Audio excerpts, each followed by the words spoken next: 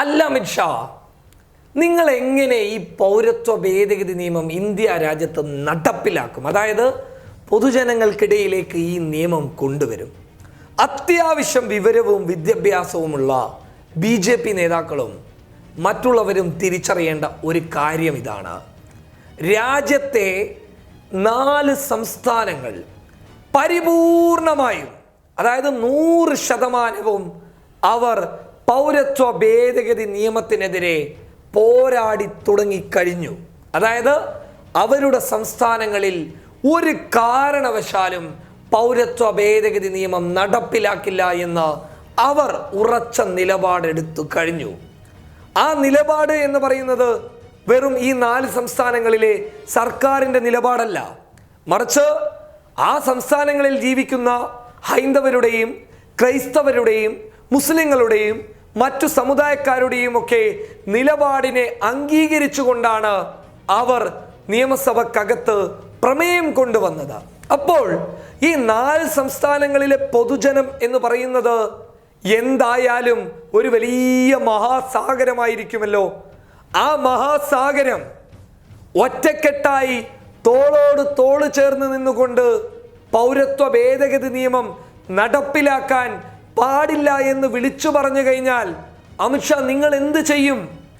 രാജ്യത്തെ സൈനികരെക്കാൾ കൂടുതൽ, രാജ്യത്തെ പോലീസ് ഉദ്യോഗസ്ഥരെക്കാൾ കൂടുതൽ പൊതുജനങ്ങൾ അവരുടെ അഭിപ്രായം ഒറ്റ സ്വരത്തിൽ തുറന്നു പറയുമ്പോൾ ആ ജനസാഗരം രാജ്യത്തെ ഭരണകൂടത്തെ തന്നെ വിറപ്പിക്കാൻ പറ്റുന്ന ഒരു വലിയ ശക്തിയാകും. അവരെ എങ്ങനെ നിങ്ങൾ നേരിടും?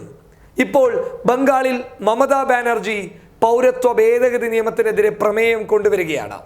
രാജസ്ഥാനിൽ ഗെഹ്ലോട്ട് കൊണ്ടുവന്നു കഴിഞ്ഞു. പഞ്ചാബിൽ ക്യാപ്റ്റൻ അമരേന്ദ്ര സിംഗ് കൊണ്ടുവന്നു കഴിഞ്ഞു.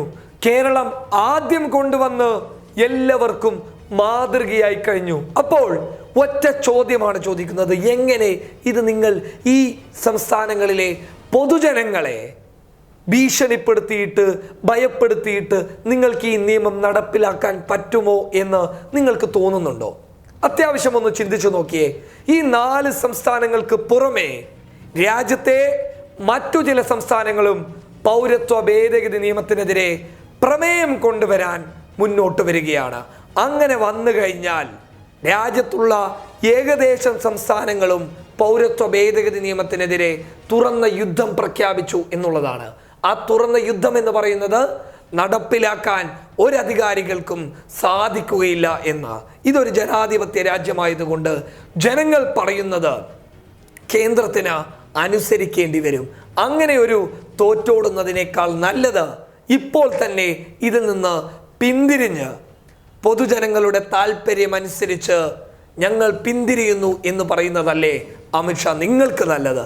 ഇത് ഞങ്ങളുടെ ഒരു ഓഫറാണ്. കാരണം പിന്നീട് ഈ ഓഫർ നിങ്ങൾക്ക് കിട്ടിയില്ല എന്ന് വരും. അതുകൊണ്ട് 4 സംസ്ഥാനങ്ങളും പരിപൂർണമായും ഇപ്പോൾ എതിർത്ത് നിൽക്കുമ്പോൾ നിങ്ങൾ ഒരു കാര്യം ആലോചിച്ചു കൊള്ളുക, ഈ നിയമം അത് കുപ്പത്തൊട്ടിയിലേക്ക് വലിച്ചെറിയാനുള്ളതാണ്. News desk public Kerala.